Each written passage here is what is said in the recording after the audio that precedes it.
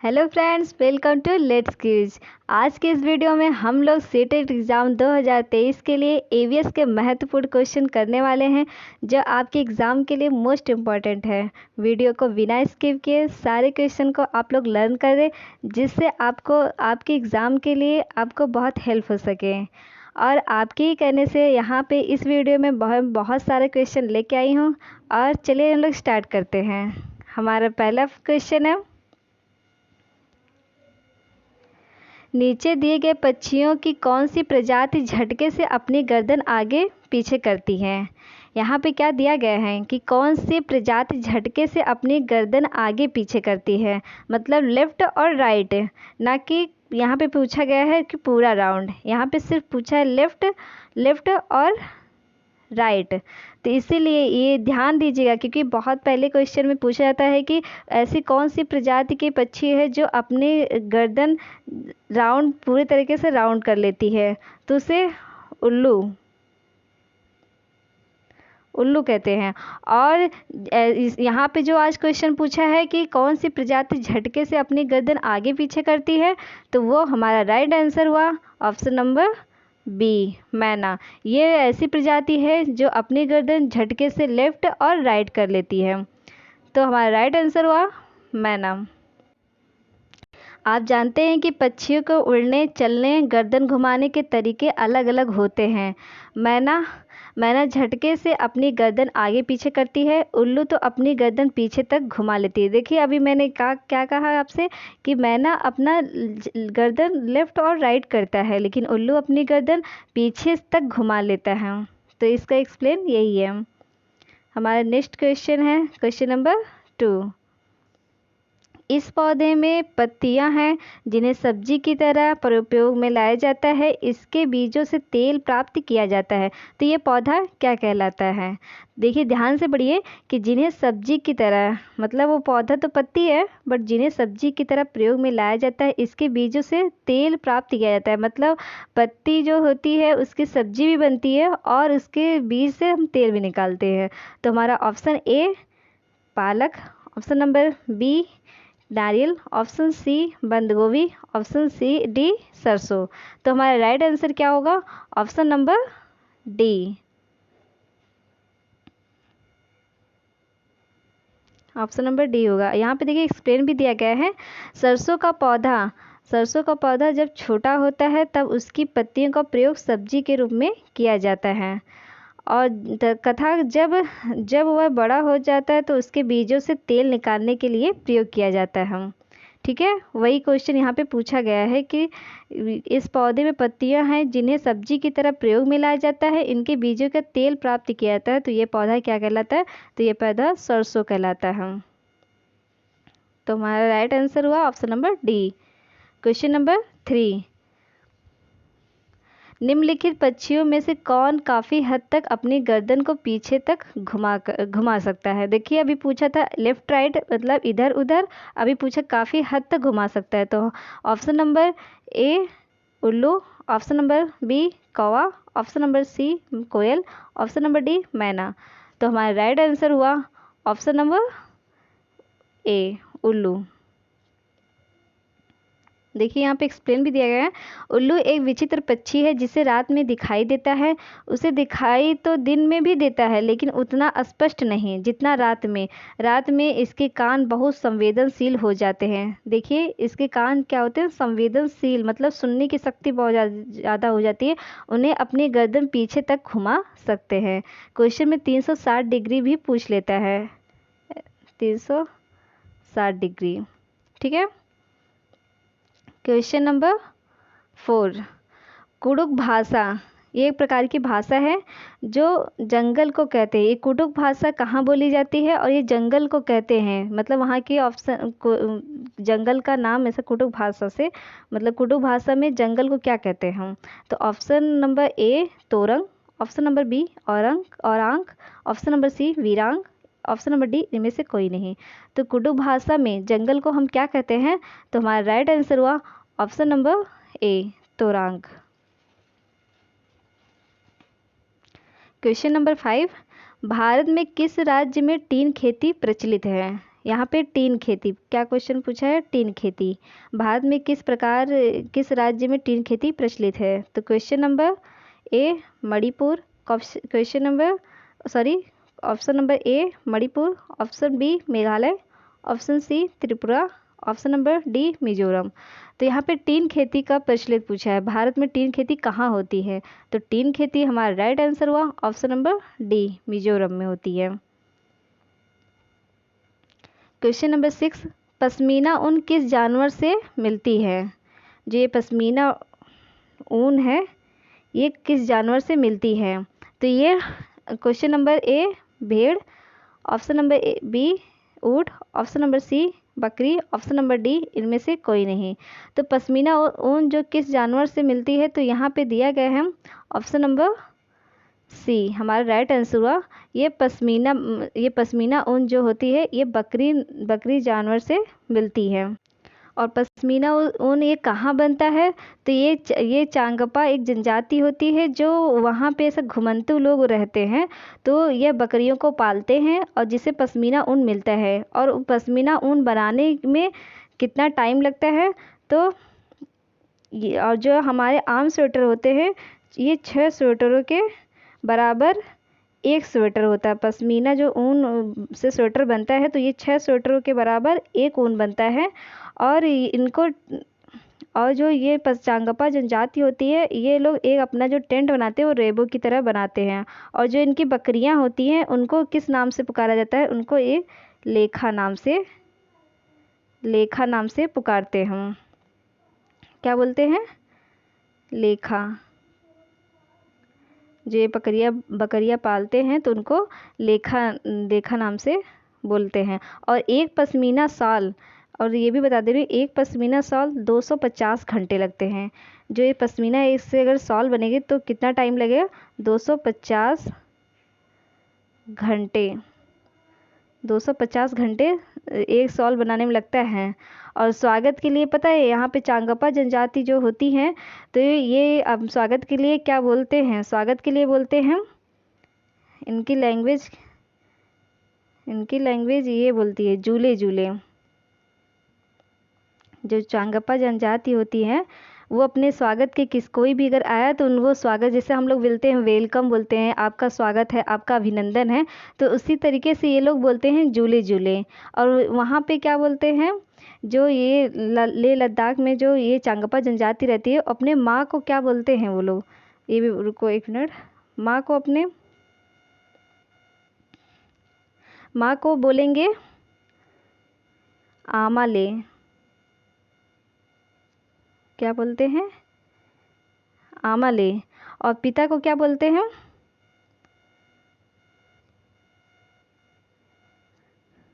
पिता को आवाले।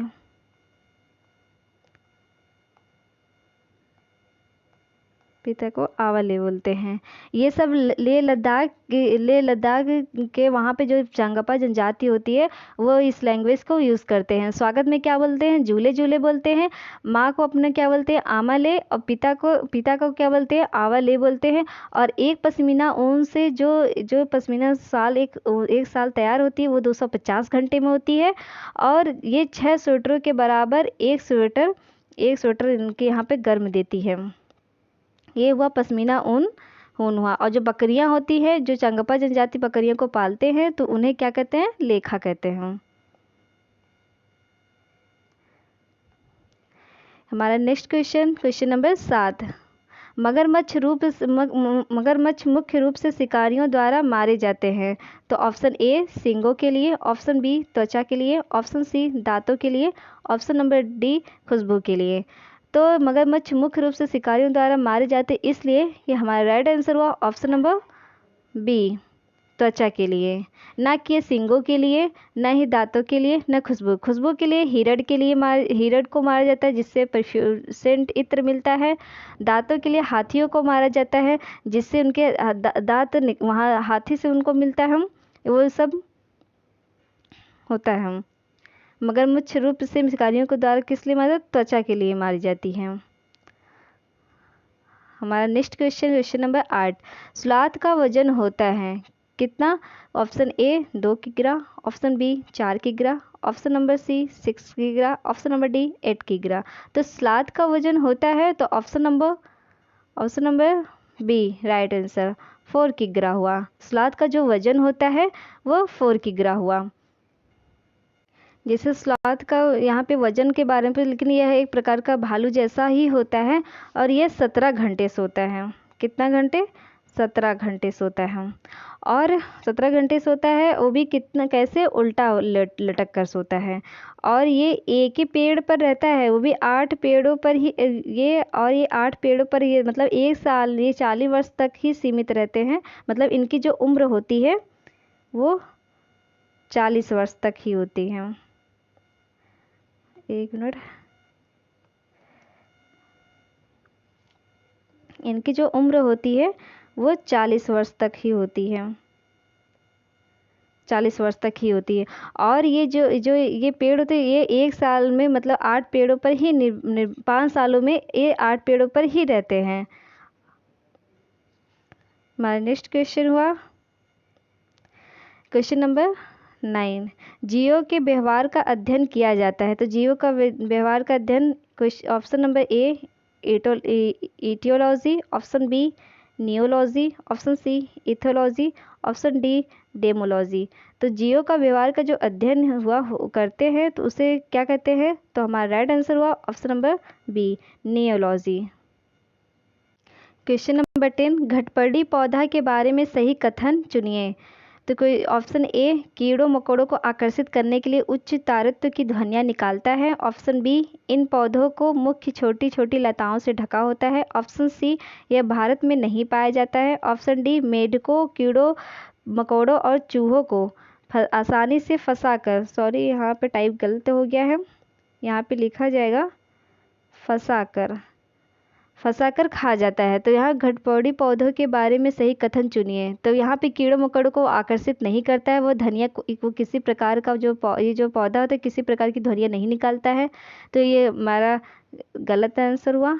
इन पौधों को मुख्य छोटी छोटी नहीं, ये एक पत्ती होती है, वो एक ही पत्ती से ढकी होती है, ये भी गलत हुआ। यह भारत में नहीं पाई, यह भारत में पाई जाती है, तो ये भी हमारा गलत आंसर हुआ। ये कीड़ों मकोड़ों को, चूहों को फंसा कर खा जाता है, तो ये हमारा राइट आंसर हुआ ऑप्शन नंबर डी।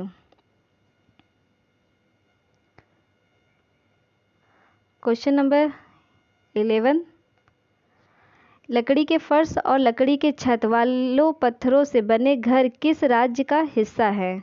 जो ये लकड़ी के फर्श और लकड़ी के छत वाले पत्थरों से बने घर किस राज्य का हिस्सा है? तो option A Assam, option B Ladakh, option C Rajasthan, option D Jammu Kashmir. तो जो लकड़ी के फर्श और लकड़ी के छत वाले पत्थरों से घर बने जो होते हैं वह राज्य का कौन सा हिस्सा है? तो हमारा राइट आंसर हुआ option number B Ladakh. Question number 12, किस महत्वपूर्ण राज्य में सहजन के फूल के पकौड़े प्रमुख पकवान हैं? तो option A Goa, option B Maharashtra, option C Jammu Kashmir, option D Uttar Pradesh. यहाँ पे पूछा है सहजन के फूलों का पकौड़ा, तो यहाँ option number B right answer, यहाँ महाराष्ट्र। क्वेश्चन नंबर 13, प्रकाश संश्लेषण संपादित होता है, तो यह ऑप्शन क्या है? ऑप्शन सभी पौधों द्वारा, ऑप्शन बी सभी जंतुओं और पौधों द्वारा, ऑप्शन सी सभी हरे पौधों द्वारा, ऑप्शन डी वायरसों द्वारा। तो प्रकाश संश्लेषण संपादित होता है तो ये किससे होता है? तो ये होता है, हमारा राइट आंसर हुआ ऑप्शन सी सभी हरे पौधों द्वारा।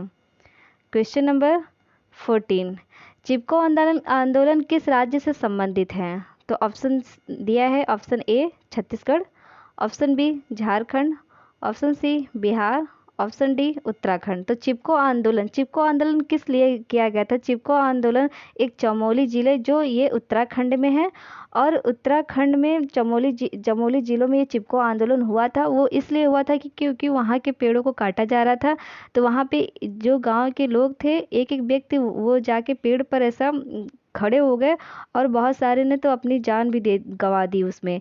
तो इसलिए वहाँ के जो गाँव वासी थे तो वहाँ पे चिपको आंदोलन स्टार्ट किया, तो इसीलिए ये हमारा राइट आंसर हुआ ऑप्शन नंबर डी उत्तराखंड, मतलब ये राज्य से किस राज्य से संबंधित है? तो ऑप्शन नंबर डी। हमारा नेक्स्ट क्वेश्चन हुआ, मधुमक्खी में कौन सा अम्ल पाया जाता है? तो मधुमक्खी में ऑप्शन ए एसिटिक अम्ल, ऑप्शन बी फॉर्मिक अम्ल, ऑप्शन सी टैनिक अम्ल, ऑप्शन डी टार्टेरिक अम्ल। तो यहाँ पे क्या पूछा गया है कि मधुमक्खी में कौन सा अम्ल पाया जाता है? तो मधुमक्खी में अम्ल पाया जाता है ऑप्शन नंबर बी फॉर्मिक अम्ल। तो यहाँ पे नेक्स्ट क्वेश्चन हुआ, रेहाना अपने परिवार के साथ केरल जाती है, वहाँ उसे ऊंचे वृक्ष दिखाई देते हैं। कैसे वृक्ष? ऊंचे वृक्ष दिखाई दे जो उसके गृह नगर शिमला के ऊंचे वृक्षों से भिन्न है। उसने केरल में कौन से वृक्ष देखे होंगे? तो ऑप्शन यहाँ पे 4 विकल्प दिया है। ऑप्शन नंबर ए चीड़, ऑप्शन बी नारियल, ऑप्शन सी सेब, ऑप्शन डी लीची। तो उसने रेहाना ने अपने परिवार के साथ जो केरल में गई थी, तो पहले वह गृह नगर शिमला में थी, अब वो केरल में गई तो वहाँ पे ऊंचे ऊंचे जो वृक्ष देखे, तो वो किसके वृक्ष देखे होंगे? तो यहाँ पे राइट आंसर हुआ ऑप्शन नंबर बी नारियल। नेक्स्ट क्वेश्चन, कौन सा पक्षी अपना घोंसला अलमारी के आईने के पीछे बनाता है? तो यहाँ पे हमारा ऑप्शन है, तो ऑप्शन नंबर ए कौवा, ऑप्शन बी गौरैया, ऑप्शन सी कोयल, ऑप्शन डी इनमें से कोई नहीं। तो कौन सा पक्षी है जो अपना घोंसला अलमारी के पीछे बनाता है? तो हमारा राइट आंसर हुआ ऑप्शन नंबर बी कौवा। जो बनाता है वो पेड़ के सबसे ऊंची डाल पे बनाता है। ये कोयल बनाता ही नहीं है, क्योंकि वो कौवा के घोंसले में ही अपने अंडे देता है। तो इसका तो सही है। पक्षी, यहाँ नेक्स्ट क्वेश्चन हुआ, पक्षी अपना घोंसला क्यों बनाते हैं? जो पक्षी है वो अपना घोंसला क्यों बनाते हैं? ऑप्शन ए रहने के लिए, ऑप्शन बी अंडे देने के लिए, ऑप्शन सी मौसम से बचाने के लिए, ऑप्शन डी इनमें से कोई नहीं।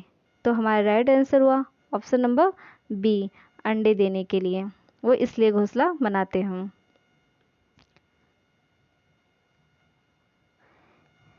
पोचमपल्ली, पोचमपल्ली भारत में दक्षिण राज्य का एक कस्बा है जो सुंदरता से डिजाइन की गई है। चमकदार रंगों में पोचमपल्ली साड़ियों और विशेष प्रकार की बुनाई, जिसे भी पोचमपल्ली ही कहते हैं। तो ये किसके लिए प्रसिद्ध है और यह कस्बा अब किस राज्य में है? तो यहाँ पोचमपल्ली के लिए बारे में पूछा गया है। तो यहाँ पे हमारा ऑप्शन है, option number A Telangana, option B Tamil Nadu, option C Karnataka, option D Kerala. तो हमारा राइट आंसर हुआ option number A Telangana. Next question, लाल चींटी की चटनी किस राज्य में प्रसिद्ध है? तो option A Rajasthan, option B Chhattisgarh, option C Jharkhand, option D Madhya Pradesh. तो यहाँ पे हमारा राइट आंसर हुआ ऑप्शन ए बी छत्तीसगढ़। यहाँ पे लाल चींटी की चटनी प्रसिद्ध है। क्वेश्चन नंबर नेक्स्ट क्वेश्चन, आज हम मिर्ची के बिना भोजन की कल्पना भी नहीं कर सकते हैं, तो इसे व्यापारी हमारे दक्षिण देश में क्या कहते हैं? ऑप्शन ए दक्षिणी अमेरिका से, ऑप्शन बी अफगानिस्तान से, ऑप्शन सी इंग्लैंड से, ऑप्शन डी दक्षिणी अफ्रीका से। तो मिर्ची के बिना भोजन की कल्पना नहीं कर सकते हैं, तो यह जो इस व्यापारी मतलब मिर्ची कहाँ से आई है, यहाँ पे ये पूछा गया है, वो किस देश से लाई गई है? तो हमारा राइट आंसर हुआ ऑप्शन नंबर ए दक्षिणी अमेरिका से। नेक्स्ट क्वेश्चन, जम्मू कश्मीर में चाय को क्या कहते हैं? तो ऑप्शन ए चाय, option B coffee, option C कहवा, ऑप्शन डी इनमें से कोई नहीं।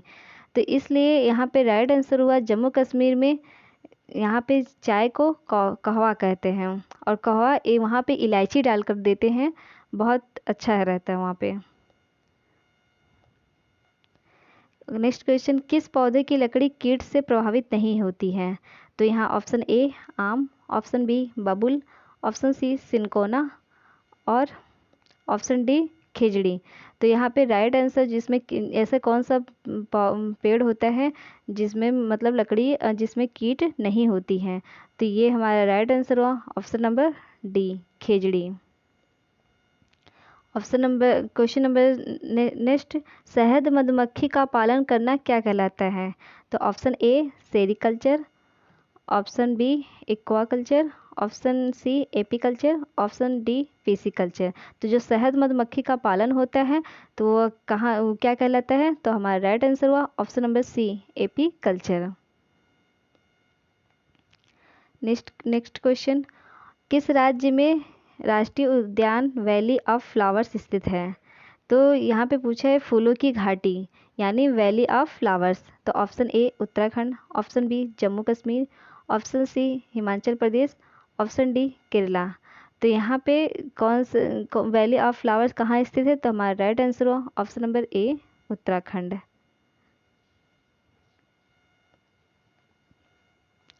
नेक्स्ट क्वेश्चन, बिहार राज्य में लीची उत्पादन में कौन सा जिला अग्रणी है? तो कौन सा जिला अग्रणी है? Option A Gaya, option B Patna, option C Muzaffarpur, option D Jehanabad. तो वह क्या पूछा गया है? बिहार राज्य में लीची उत्पादन में कौन सा जिला अग्रणी है? तो कौन सा जिला अग्रणी है? तो हमारा राइट आंसर हुआ option number C Muzaffarpur. Next question, बच्चों में रटने की प्रवृत्ति रोकने हेतु कैसे प्रश्न पूछने चाहिए? तो ऑप्शन ए वस्तुनिष्ठ, ऑप्शन बी लघु उत्तरी, ऑप्शन सी दीर्घ उत्तरी, ऑप्शन डी निबंधनात्मक। तो बच्चों में रटने की प्रवृत्ति रोकने हेतु कैसे क्वेश्चन करना चाहिए? वो ये सबसे बेस्ट होता है ऑप्शन नंबर ए वस्तुनिष्ठ। वस्तुनिष्ठ रहेगा तो बच्चे उसको देखेंगे, 4 विकल्प रहेगा तो वो ऐसा जो उनको क्वेश्चन का आंसर देने में आसानी रहेगा।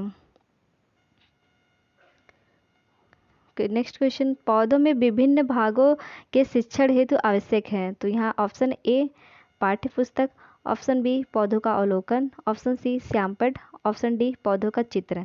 पौधों के विभिन्न भागों के शिक्षण हेतु आवश्यक है। तो यहाँ पे राइट आंसर है ऑप्शन नंबर बी पौधों का अवलोकन, क्योंकि पौधों का जब तक अवलोकन नहीं करेंगे तो पौधे के विभिन्न भागों को वो जान नहीं पाएंगे। और पाठ्य पुस्तक से दे देंगे तो कोई मतलब बच्चों को क्रिएटिविटी देना बहुत ज़रूरी है, इसलिए उनको पौधों का अवलोकन, मतलब अवलोकन वर्ड ऐसा है कि कोई भी चीज़ अगर आप करना चाह रहे हैं तो बिना किए आपको ज्ञान नहीं होगा, कोई बता देगा तो भी नहीं। तो इसलिए कोई भी चीज़ जो करें उसे खुद से अवलोकन करें। तो इसलिए जब भी ऐसे पौधों के विभिन्न भागों या कोई भी चीज़ अगर बच्चों को दे रहे हैं काम करने के लिए तो उनको खुद से देकर, जब तक वो खुद से नहीं करेंगे तो उनको सही से ज्ञान नहीं हो पाएगा। इसलिए तभी यहाँ पे पूछा गया क्वेश्चन, पौधों के विभिन्न भागों में शिक्षण हेतु आवश्यक है तो पौधों का अवलोकन। नेक्स्ट क्वेश्चन, पानी में घुलनशील विटामिन है। तो option A vitamin E, option B vitamin K, option C vitamin B, option D vitamin A. तो यहाँ पे दिया गया है क्योंकि पानी में घुलनशील विटामिन, तो पानी में घुलनशील विटामिन क्या है? तो हमारा राइट आंसर हुआ ऑप्शन सी विटामिन बी। तो बी और सी ये पानी में घुलनशील होते हैं। Next question, Bandipur project tiger reserve किस राज्य में स्थित है? तो यहाँ किस राज्य में स्थित है? तो option A Assam, option B Madhya Pradesh, option C Karnataka, option D Rajasthan. तो बांदीपुर प्रोजेक्ट टाइगर रिजर्व किस राज्य में है? तो यह ऑप्शन राइट आंसर हुआ ऑप्शन नंबर सी कर्नाटक राज्य में। यहाँ पे क्वेश्चन हमारा ख़त्म होता है। तो मैं आज आप लोग को एक अच्छी सी स्पेशल कोई एक टॉपिक आप लोग को आज पढ़ा देती हूँ ऐसी ही। जैसे कि आज आवाज़ के बारे में, जो पक्षियाँ किस तरीके के आवाज़ बनाती हैं आज मैं उसके बारे में आपको बता देती हूँ। जैसे कोयल हुआ, जैसे कोयल हुआ, तो कोयल किस प्रकार का घोंसला बनाता है?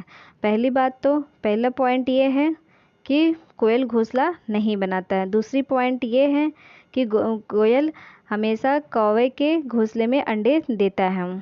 तो इसलिए जब भी क्वेश्चन में पूछेगा तो कोयल घोंसला बनाता है तो यहाँ पे आपको नहीं का आंसर देना है। दूसरा गौरैया, गौरैया एक मिनट, ये सब खिचड़ी हो गई इसमें। क्या हुआ?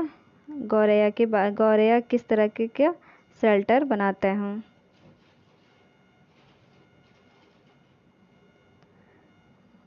गौरैया तो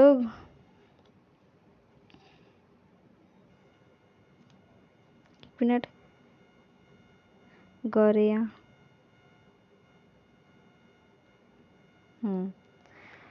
तो गौरैया किस प्रकार का घोंसला बनाता है? वो कभी भी कहीं भी वो घोंसला बना लेता है। प्लस पॉइंट क्या है?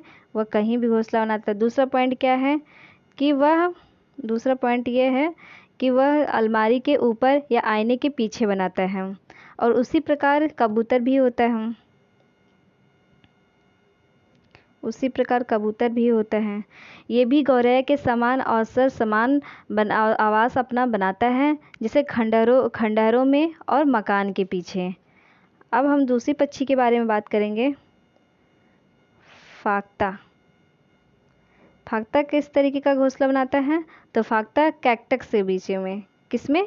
कैक्टस मतलब कांटों के बीच में। और दूसरा नंबर पे कहाँ? मेहंदी के मेड़ में घोंसला बनाती हैं। ये दो तरीके से घोंसला बनाती है। एक कांटों के बीच में, जब भी कोई क्वेश्चन पूछे कि कांटों के बीच में कौन सी पक्षी घोंसला बनाती है, तो फाख्ता पक्षी बनाती है। और मेहंदी के बीच में कौन सी घोंसले, मतलब कांटों के बीच में जो पूछे तो फाख्ता है। अब हम दूसरे पक्षी का बारे में पढ़ेंगे, तो बसंत गौरी।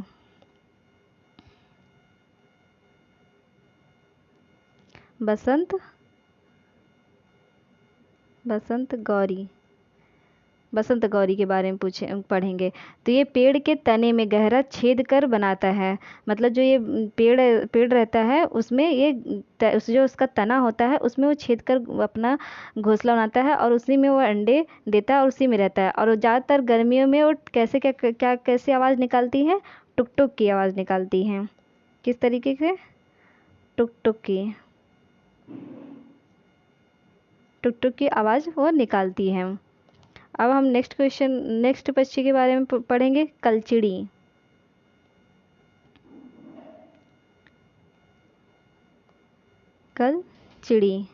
कलचिड़ी कैसी पक्षी है, कैसे आवाज़ बनाती है? तो ये पहली बात तो इसको हम इंडियन रॉबिन पक्षी नाम से जानते हैं।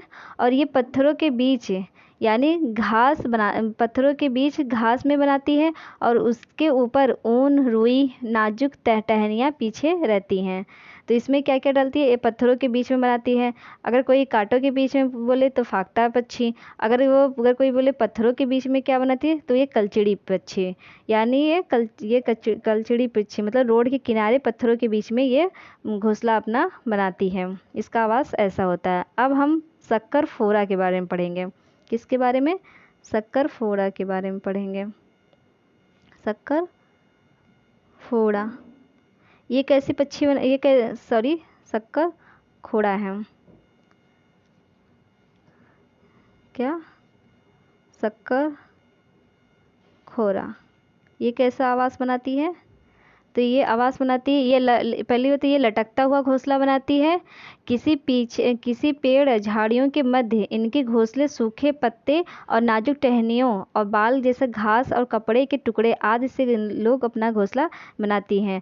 शक्करखोरा ऐसी पक्षी होती है जो ये नाजुक टहनियाँ भी इनके साथ में रखती है, बाल भी लगता है, घास लगते हैं, कपड़े के टुकड़े लगते हैं, और इनका जो घोंसला होता है वो लटकते हुए इनकी घोंसले बनते हैं। अब हम नेक्स्ट पक्षी के नाम पढ़ेंगे, दर्जिन पक्षी। क्या? दर्जिन पक्षी।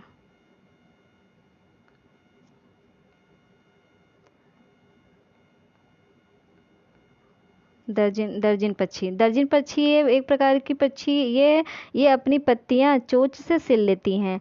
जो ये इनका भी लटकता हुआ बनता है, बट लेकिन ये अपने हाथ से दर्जिन पक्षी इसलिए बोला जाता है क्योंकि ये अपने चोंच से पत्तियों को सिलती हैं। उनके बीच बना जो थैली होते हैं उसी में वो अपने अंडे को देती हैं, और ये लटकता हुआ इनका भी घोंसला होता है। नेक्स्ट हम लोग पक्षी के बारे में पढ़ेंगे जो बीवर होता है। बीवर पक्षी। बीवर पक्षी। ये किस प्रकार का शेल्टर बनाता है? पहली बात तो इनका जो होता है ये लालटेन के आकार की तरह होता है, और इन पक्षियों के केवल बीवर नर मादा बनाता है, ये भी ध्यान दीजिएगा, क्योंकि ये जो नर घोंसला बनाता है, नर वीवर, मतलब मादा वीवर घोंसला नहीं बनाती हैं, ये ध्यान दीजिएगा। एनसीईआरटी में ऐसा फंसा के क्वेश्चन पूछ लेता है कि मादा घोंसला बनाती है, नर घोंसला बनाती है, तो आप ध्यान दीजिएगा, तो ये नर घोंसला बनाती हैं। जो ये वीवर घोंसला होता है, गलत हो जा रहा है, नर घोंसला बनाती हैं, नर घोंसला बनाती हैं, मादा घोंसला नहीं बनाती हैं। और जो मादा वीवर उन घोंसलों में से जो पसंद घोंसला करती है उसी में वो अंडा जाके अपने अंडे देती हैं। अब हम नेक्स्ट पक्षी के बारे में पढ़ेंगे, मादा शुतुरमुर्ग। जो मादा शुतुरमुर्ग होता है, जो मादा शुतुरमुर्ग, जो मादा शुतुरमुर्ग नर शुतुरमुर्ग तो बनाती नहीं है, मादा शुतुरमुर्ग घोंसला बनाती है, ज़मीन में गड्ढा खोदकर अपने घोंसले का वो निर्माण करती हैं।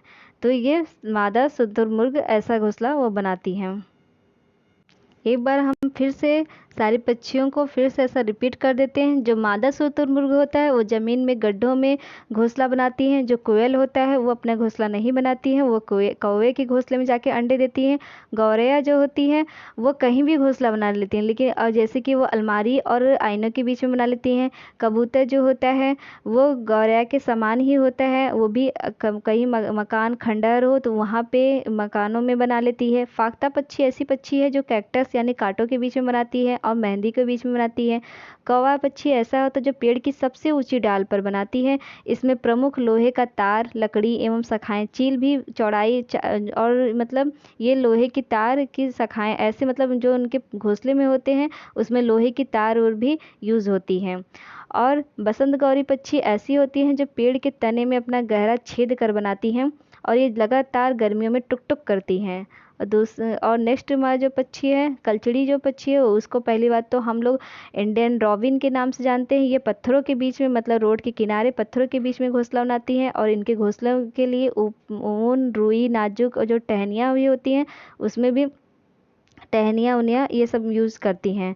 शक्करखोरा जो पक्षी होती हैं ये लटकता हुआ घोंसला बनाती हैं। किसी पेड़ झाड़ियों के मध्य इनके घोंसले सूखे पत्ते और नाजुक टहनियाँ भी, बाल भी लगता है, रुई भी लगती है, घास भी लगते हैं, तो टुकड़े आदि ये सब लगती हैं।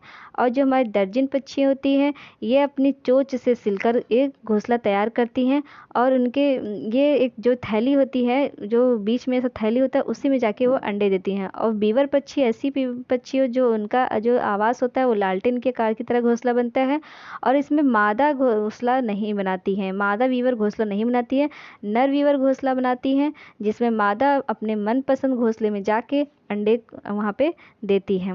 और चील के बारे में नहीं बताया। चील भी अब गांव का जो सबसे ऊंचा पेड़ होगा वहाँ पे वो पक्षी घोंसला बनाता है, और चौड़ाई उसकी 4 फीट होती है। ठीक है, आज की इस वीडियो में हम लोग इतना ही करने वाले हैं। मिलते हैं नेक्स्ट वीडियो में। आप लोग को वीडियो अगर पसंद आए तो सब्सक्राइब एंड बेल आइकन पर प्रेस कीजिए, जिससे आपको नेक्स्ट नोटिफिकेशन मिलता रहेगा। Thank you.